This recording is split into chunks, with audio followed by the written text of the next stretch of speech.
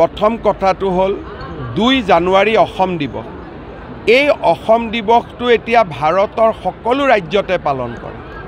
বহুতে কৈ আছে যে বিহাৰ দিৱস অসমত পালন হ'ব। অসম দিৱস পালন কৰে নেকি? অসম দিৱস প্ৰতিটো ৰাজ্যতে আজিকালি পালন কৰা হয়। উত্তৰ প্ৰদেশতো অসম দিৱস পালন হয়, বিহাৰতো অসম দিৱস পালন হয়, কৰ্ণাটকতো অসম দিৱস পালন হয়, অন্ধ্ৰ প্ৰদেশতো অসম দিৱস পালন হয়, গুজৰাটতো অসম দিৱস পালন হয় আৰু গোটেইবিলাক ৰাজ্যৰ মহামান্য ৰাজ্যপালসকল উপস্থিত থাকি অসম দিৱস পালন কৰে। আৰু ভাৰতীয় জনতা পাৰ্টীয়েও গোটেই দেশত থকা অসমীয়া লোকসকলক লৈ প্ৰবাসী অসমীয়া সন্মিলন অনুষ্ঠিত কৰে। এতিয়া যদি অসম দিৱসটো বিহাৰে পালন কৰে, উত্তৰ প্ৰদেশে পালন কৰে, আমিও ইয়াত বিহাৰ দিৱস পালন কৰিম, তেতিয়াহে মানুহৰ মাজত বুজাবুজি বাঢ়িব। গতিকে এই বিষয়টোলৈ ৰাজনীতিৰ কোনো কৰাৰ মিনিঙে নাথাকে।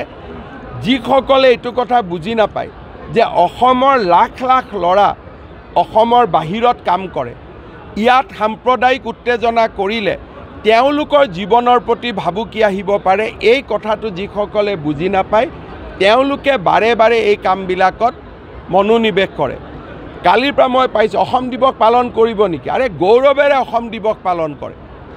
যোৱা কেইদিনমান আগতে পণ্ডিচেৰীত অসমৰ প্ৰফেচাৰে মোক চিঠি দিছে যে মই গোটেই অসম দিৱসটো পালন কৰোৱাত আগভাগ লৈছিলোঁ।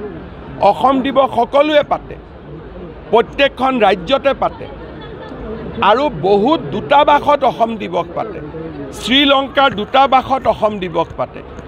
গতিকে অসমে যেনেকৈ অসমক মানুহে ভাৰতৰ আন ৰাজ্যৰ লোকে সন্মান কৰে, অসমেও আন ৰাজ্যৰ লোকক সন্মান কৰিব লাগিব।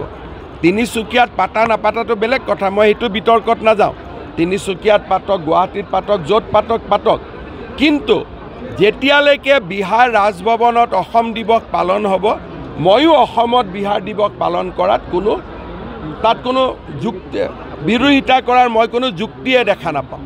এনেকৈ আমাৰ অসমক এটা যে আমি খুব নেৰো সীমিত এনেকুৱা ধাৰণা এটা দিয়াৰ কাৰণে অসমত আজি ইমান দিনে উদ্যোগীসকল অহা নাছিল। আজি অসমীয়া বুলি ক'লে গোটেই ভাৰতত মানুহে সন্মান কৰে। আৰু যদি অসমৰ পৰা এইবিলাক মেছেজ যায় যে আমি বিহাৰীৰ এগেইনষ্টত, আমি মাৰোৱাৰীৰ এগেইনষ্টত, আমি গুজৰাটীৰ এগেইনষ্টত, আমি তামিলনাডুৰ এগেইনষ্টত, অসমৰ ল'ৰা ছোৱালীয়ে চাকৰি কেনেকৈ পাব বাহিৰত? গতিকে এই ধাৰণাবিলাকৰ পৰা আমি আঁতৰি অহাৰ সময় হৈছে।